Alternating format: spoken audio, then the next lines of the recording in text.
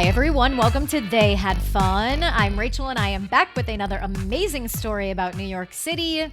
And guys, what can I say? I had a great holiday weekend in New York this weekend, and I'm sure you did too, unless, I don't know, you're out in the Hamptons or still gallivanting around Europe for one last time before the summer ends.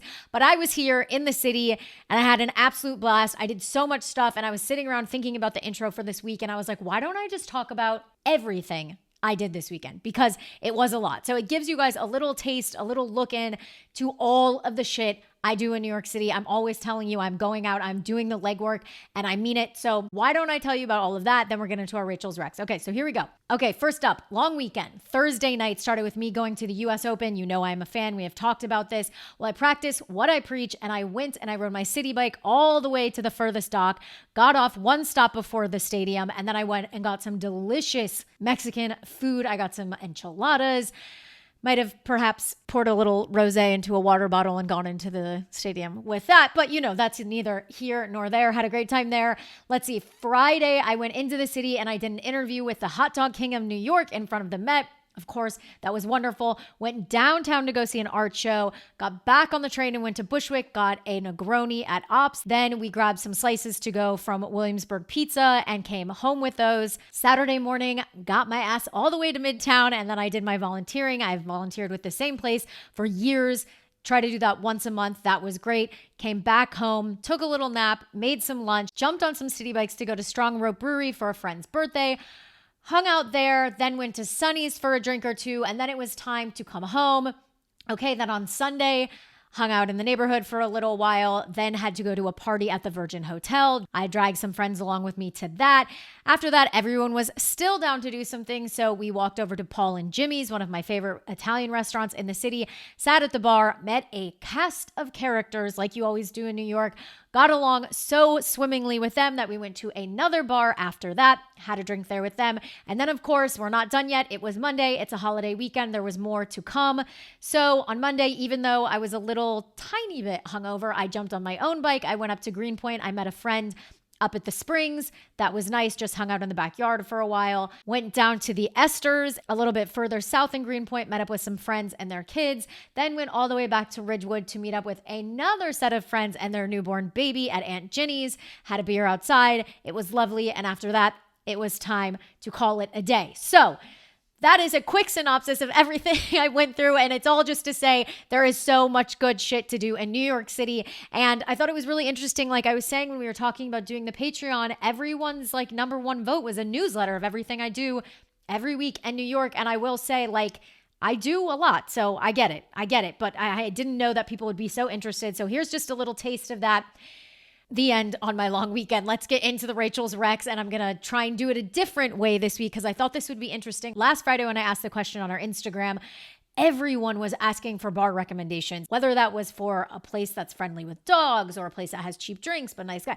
Whatever it was, I was just like, man, everyone is asking about bars this week, and that's very interesting. So I thought, why not just like change Rachel's Recs this week, and let's just go with my 5 favorite bars in New York City. Now, this is not a definitive list. These are not the coolest bars in New York City. These are not like, you know, the beer bars of it. There's going to be gaps in this bar list, and it's simply because they are my favorite bars, and that's it. And this can change at any moment in time. If you talk to me tomorrow, they might be different. But for now, in this moment, here are my top 5 favorite bars in New York City.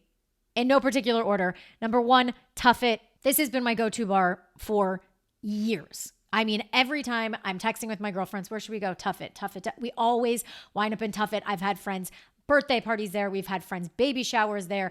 We can be found in the backyard, sometimes ordering a few too many bottles of wine. I have met great friends there that are still friends to this day. Tuff It, Graham Ave, a little bit of like a wine bar, but I don't think they like to be called wine bar. They have everything. Okay, number 2, the bar at Rolo's. Okay, so I was trying to decide if is this just straight bars or is this, you know, you can sit at a bar in a restaurant. And for me, I'm always doing that. So I have to do that. So Rolo's, as we know, one of my neighborhood bars. It was a real feather in my husband's cap when one of the bartenders happened to call us regulars. Quoth them, not me. So we are there all the time. You can find us seated at the bar, getting a drink, chatting with everyone. And then you know how I feel about the crispy potatoes, war style, but that's another subject. Okay, Number 3, another restaurant with a bar that I love, love, love to sit at. And that would be Keen's, West 36th Street, classic New York steakhouse. I love going there. There is no other feeling like sitting at that bar. I think it might, at this moment in time, feel like one of the most New York rooms to me. Dynamite martini. Anytime we have those feelings about we need classic New York, we just really need to have that feeling. Keen's is inevitably the answer. Okay, number 4, my favorite wine bar pretty much in all of New York City. It's no surprise to you guys if you listen to the show. It's Company. We've had the head bartender on before as a guest on the podcast. It is just one of my favorite bars. It is so nice inside. They have an excellent wine list, but it is not snobby. It is not super expensive. It is just a great go-to. I always find myself there, and I just love Company so much. Okay, number 5. What should I do for my number 5? Let's see.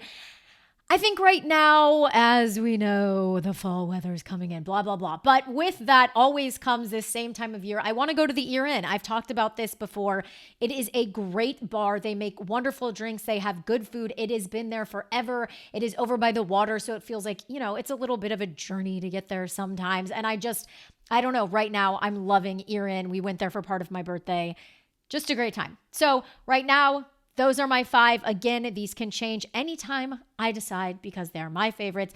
But I just thought that would be a great way to, wrap up all the bars this week, give you guys some ideas of things to do. And there's an array there. You can go get a cheap drink somewhere. You can go to the fancy steakhouse. It's whatever you want. Okay, that's it. Enough of an intro. I know this was a long one this week. I'm sorry. And by the way, another thing, I just realized next week is our final episode of the season. It just completely snuck up on us. Do not worry. We'll be back for season 5. I have a lot of announcements for next week's episode. But for now, let's get into today's because I might have found someone maybe who loves New York as much as me. And I'm so excited for you guys to hear from him. He is an author. He is a journalist. He has written at some of the most important publications in the world. I don't know, maybe you've heard of them. New York Times, New York Magazine, The New Yorker. Frankly, those are the only 3 that matter. Please welcome to the show, Jason Diamond. Thank you for having me. And you're very good at pushing out your consonants. So you're very, I really appreciate that. What a compliment I have yet to receive on the show, but thank you very much. I didn't know I did that. Okay, everyone can hear me then when I say I am truly a fan of yours. I hope that does not embarrass you, but as we were saying, I was revisiting one of your essays that I'm so in love with. Well, the entire book that it's featured in, I'm sure you feel the same way. It's Never Can Say Goodbye. I mean, it's definitely a little older these days, but I think it still stands the test of time, especially post-COVID. These essays really stick out, but yours in particular is so lovely, and I just love returning to it. It's called Stay Hungry, and it is about your infectious love for all of the foods of New York City, the places in New York City, and how those places can shape memories.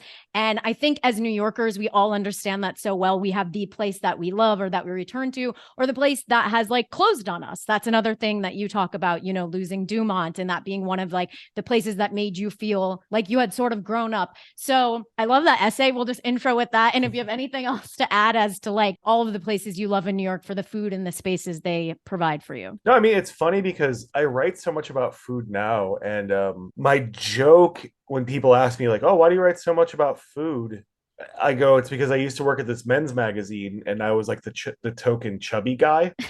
Everybody there has they're all ripped and they would sit on those exercise balls, whatever they're called, the Pilates balls. And I would just be sitting there munching on peanut butter filled pretzels and eating bodega sandwiches. And they'd always be like, hey, Jason, there's a new burger we need somebody to try. I'm like, okay. You're up. Yeah, I think that writing that essay, I know this is going to sound crazy, but that essay means a lot to me because it was really instrumental in me finding my voice when I write about food. While I'm always so rose-colored glasses with anything New York, pieces in particular stand out to me that I will constantly bring up to people. And one such as this, you can tell the love that you have for the city through the words and just reading through some of them. Can I read some of it back to you or would that embarrass you? I haven't read it in a while, so yeah. A couple of the things that I like the most is, and complaining is really what will forever keep New York City the way it is. I love that because it's absolutely so true, even though I have a show about the exact opposite.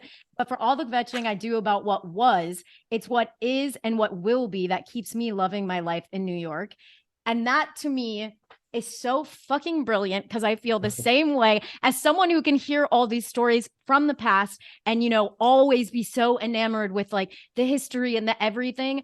I'm constantly in search and standing on this, like, soapbox of like, it's still great. There's still awesome things to come. And if you don't think so anymore, well, then that part is over for you, but it's not for everyone else. And so when I just read those little tidbits, I feel like I've found a fellow comrade Yeah.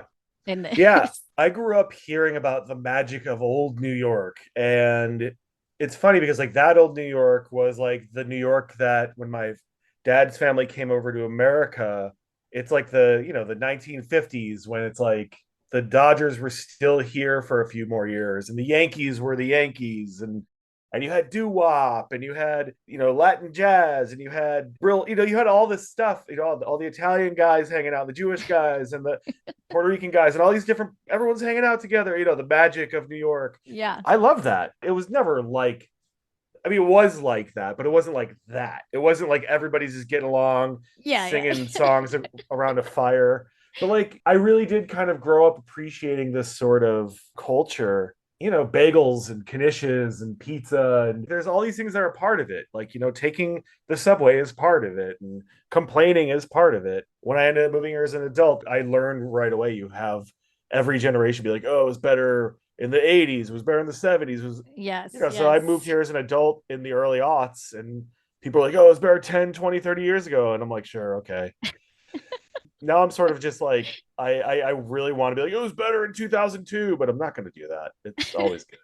It is always good. I think it's always better for the people at that time where like that part of their life felt really good.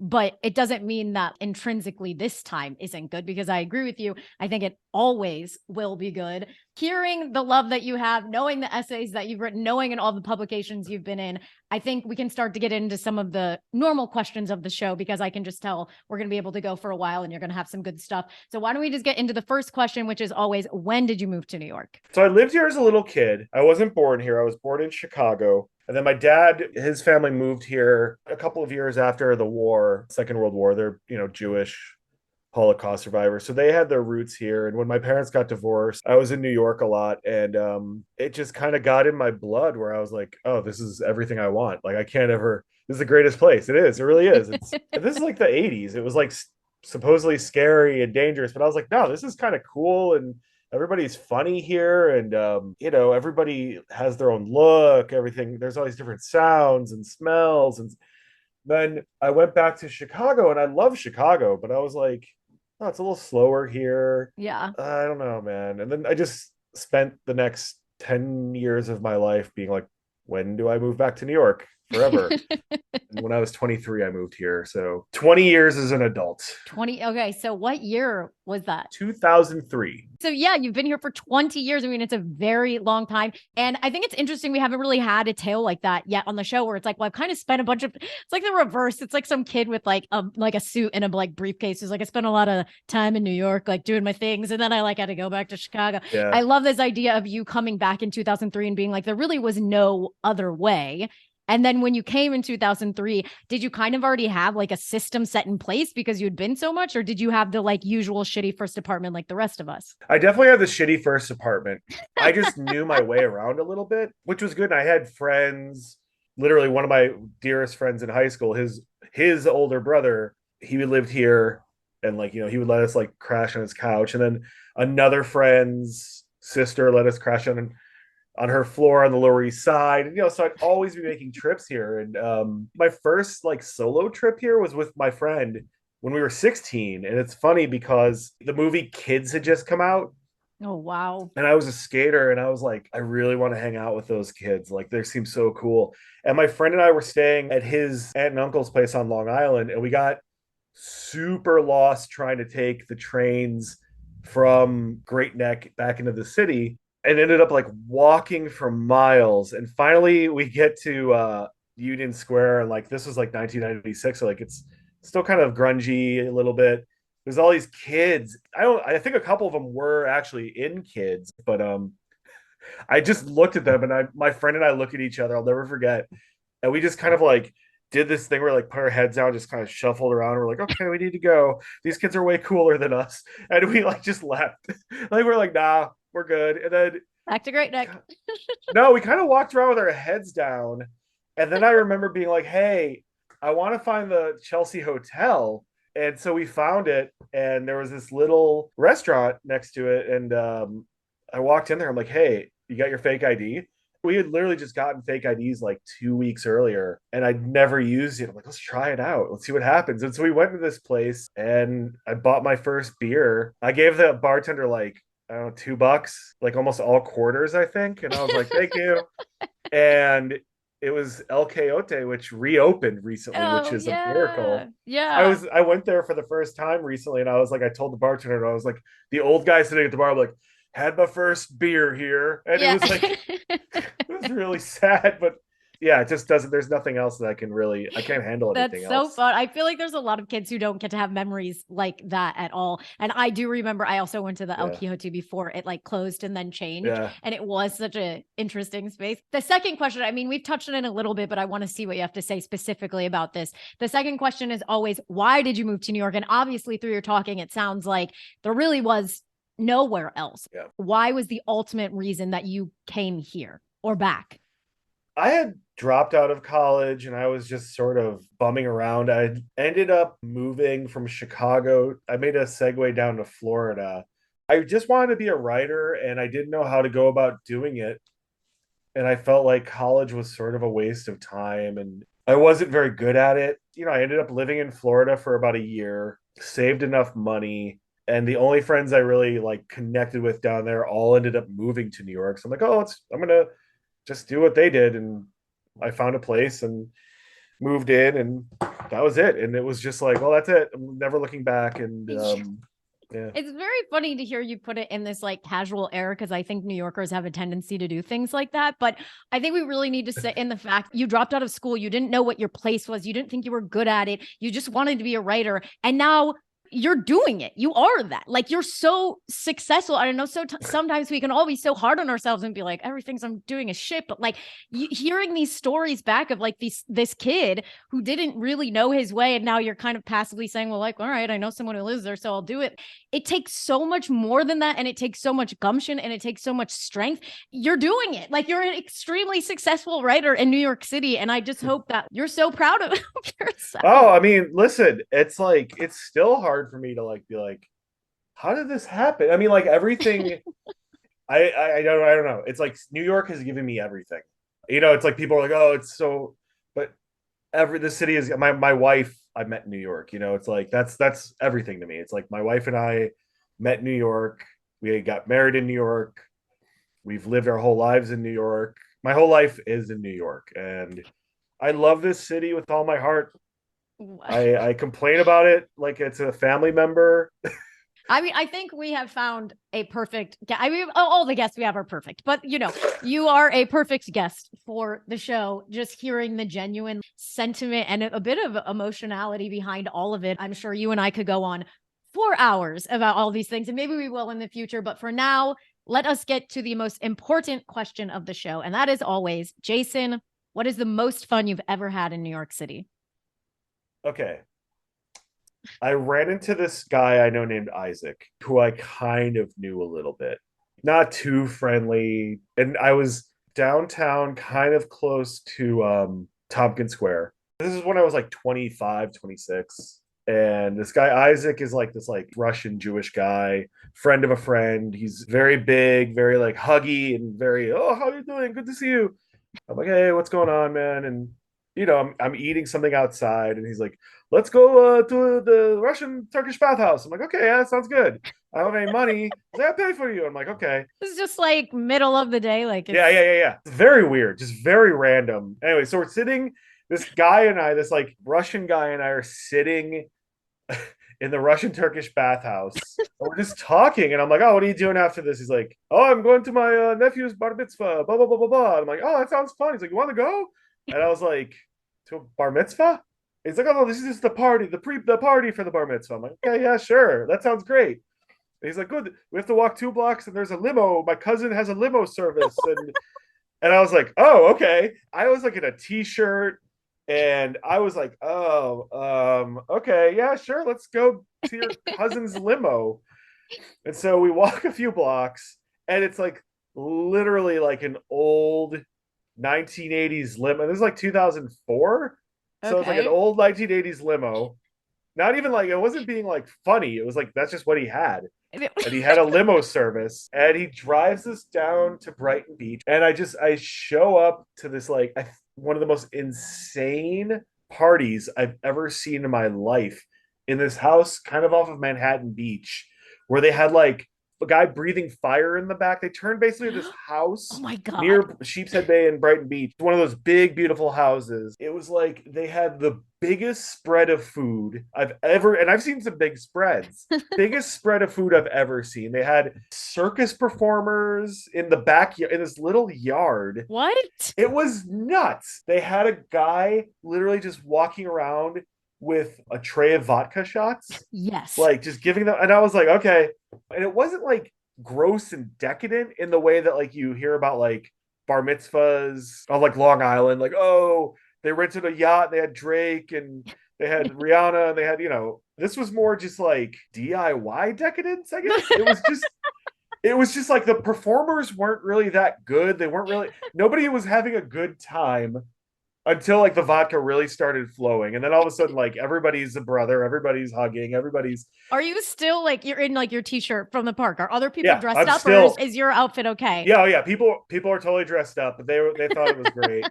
I was talking to this guy who would like, he was this Chinese guy who was like friends of the family since they both came to America, and they were neighbors, and oh, we've been friends since we came to America. And I'm like, that's a beautiful thing. Yeah. It's just like all these like everything eccentric about New York just kind of smashed into this weird, like, hey, yeah, I'll get into a car. I'll Yes. get into an old 1980s limo. And I didn't get too drunk. I got drunk, but I didn't get like hammered drunk. I remember at some point, I'm like, this is starting to turn a little bit. There's a lot of yelling. I'm just gonna walk. And so I just like walked outside. And again, it's right by Manhattan Beach. It's beautiful. It's like the edge of Brooklyn. Mm-hmm. And I remember I walked over to Manhattan Beach. I think I had a bottle of water in my hand that I had taken from the party. I remember I took off my shoes. I'm not really a beach person, but there's really no one on the beach. It was like kind of nice. And so I'm like walking around, and I hear this like the clicking and click, click, click. And I'm like, what is that? And I walk over, and it's these couple of Puerto Rican guys and this one very large Russian guy playing dominoes. And I just kind of watched, like, oh, pull up a seat. And I was like, I'll play. I'm not really good. They're like, no, yeah, just hang out. It's okay. You have a beer. Okay, yeah, sure. Okay. I sat with these guys for like 20, 30 minutes. These guys Oh. would tell me, oh, we're best friends. This is, and so then I kept walking, and this turned into like some weird odyssey. Well, I had to get back to the train. So I keep walking, and I walk from Manhattan Beach to the train. You have to like cross what is, I think, technically Sheepshead, like the bay of Okay. Sheepshead Bay. And then you go onto the other side. Okay. And I was like, oh, I have to use the bathroom so bad. And so I stopped in. There's a place called Randazzo's. Yeah. Clam bar. Yeah, yeah, yeah. One of those all-time great places. Stop in, and I'm like, I have this thing. I either don't give a shit and I will use any bathroom. I hate you for imposing rules on me. Or if it's like a family place, like, a small independent, I'll be respectful. I'll be like, maybe I'll have like a beer or something. I'm kind of nervous. Yeah. No, so I sat and I had a beer. Well, I went to the bathroom, had my beer. And as I'm sitting there, this like guy gets up to the bar next to me, and he starts talking to the bartender. He looks at me, and he starts talking to me about like baseball. And I'm like, oh yeah, I'm not really a Yankees fan or a Mets fan. I like them both, and blah blah blah. And he's like, that's really cool. Do you want to see something really, really cool? And yeah, right. So it's like basically I'd already started the day by being like, yeah, I'll just get into this Yeah. limo with this Russian guy I don't really know. And I think at that point my instincts were just so dulled by all the alcohol and bad decisions that I was like, Oh my gosh. yeah, why not? And so we walk out, and I'm like, as soon as we start walking, I'm like, oh, this was the worst idea I've ever was had. just gonna say the theme of this show is always me being the fucking cheerleader, like just say yes, and I'm feeling like this is a moment where it's like maybe maybe the yes wasn't appropriate. No, So, no, but no, we'll no. but we'll see. We'll see. No, no, no, no. It was like one of those things where it was just like, I'm just gonna keep going. Yeah. Maybe I'll die tonight. Who knows what's gonna happen? And so I walk outside with this guy and I'm looking around and he like walks up to the shittiest little Honda and he goes, check this.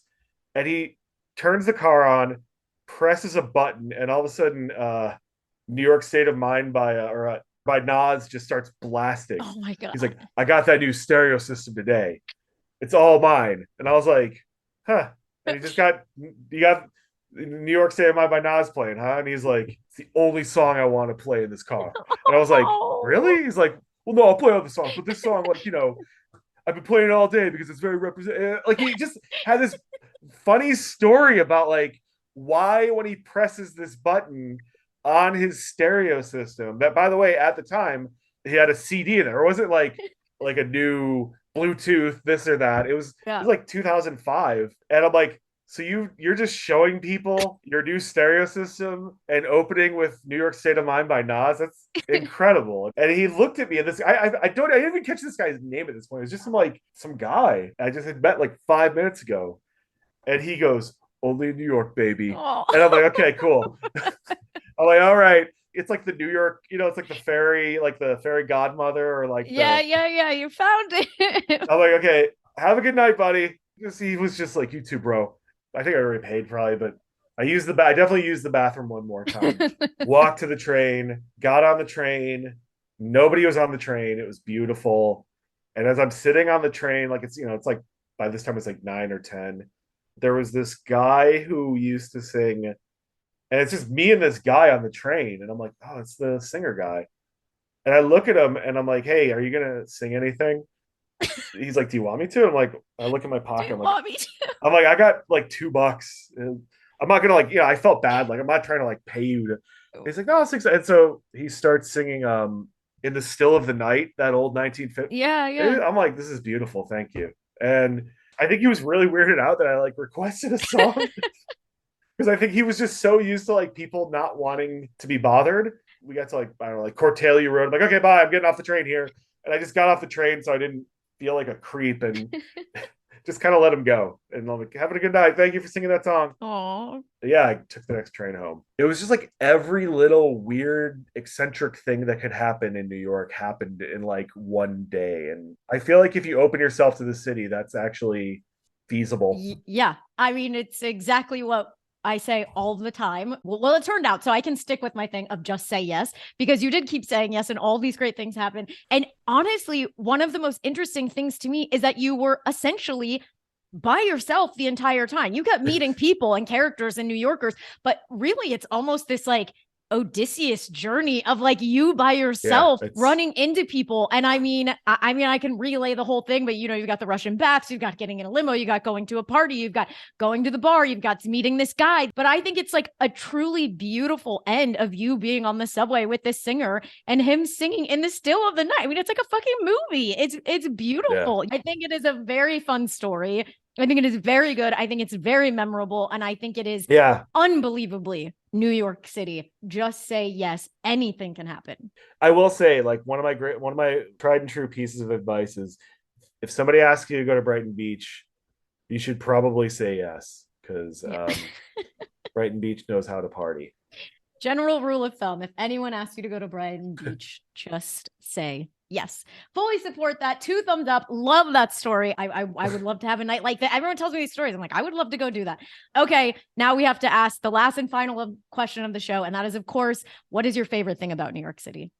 It's just how everybody's here. This is not like the one favorite thing, but this sums it all up. There's a place in Harlem called Lily's Baked Goods. And Mr. Lee is I think 81-year-old black guy.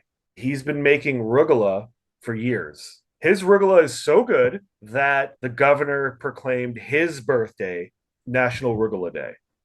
Now, the fact that New York City is the place that National Rugula Day comes out of is beautiful to me. The fact that we're such a everyone's here, that it's not like a Jewish baker or a Polish baker. It's a black guy who learned how to make it better than anybody else.